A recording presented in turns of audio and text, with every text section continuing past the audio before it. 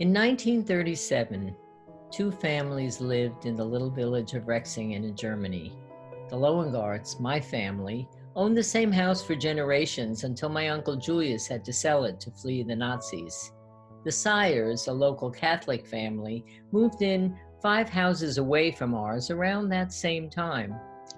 So this boy Max and this girl me might have been neighbors except for Hitler.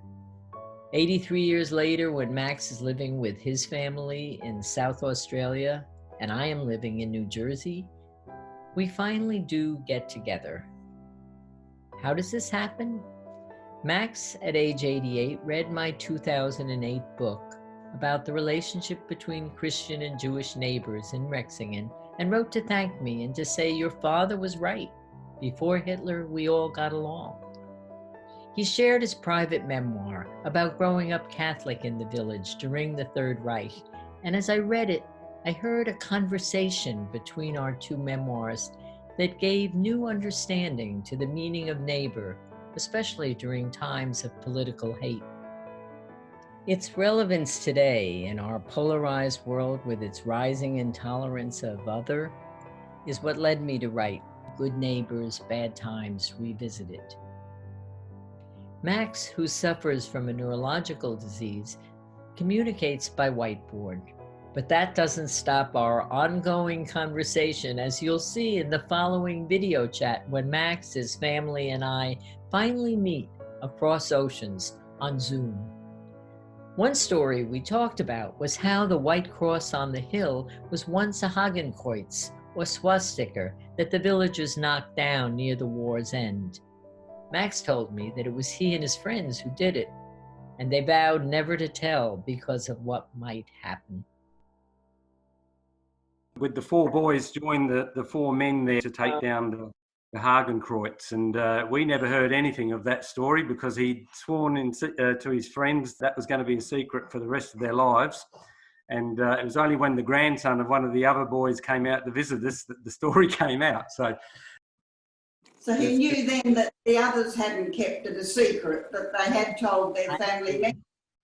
So then he thought, oh, well, if they didn't hold the secret, it wouldn't hurt if he let it go too. So he told us about it. Growing up in Germany through the Second World War wasn't really a conversation that I very often had with Dad, and I sense that it's the same for the other two. I think growing up, I felt that it was something that I just probably shouldn't touch a lot. And then when I found that, well, actually, he put so many of these stories down on paper, it was a bit of a glory box. And I've always felt that Rexingen really is my second home in the world, and reading these memoirs really did transport me there. It was about the time that Bernard had finished transcribing these memoirs.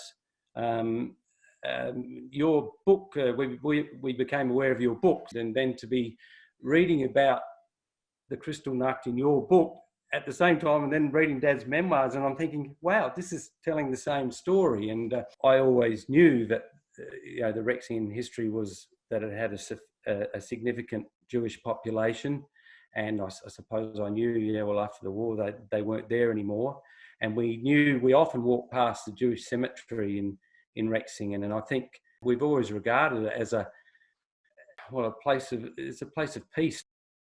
I guess the only thing that I should say, Mimi, is that I'm just amazed, really, that this is happening. It's fantastic, and I'm very grateful that that Dad's got a part in this. It's wonderful. Thank you. I'm grateful to your dad for writing it.